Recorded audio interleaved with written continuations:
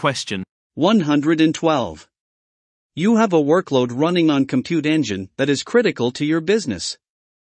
You want to ensure that the data on the boot disk of this workload is backed up regularly.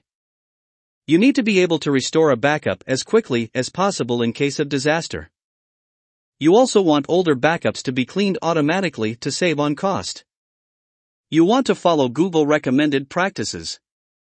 What should you do? A. Create a cloud function to create an instance template.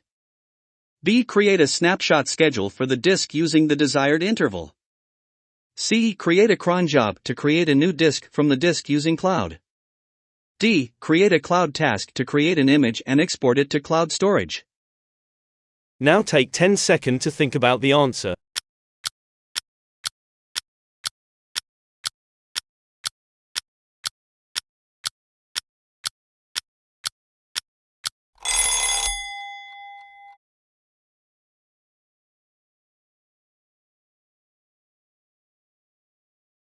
Correct answer is B.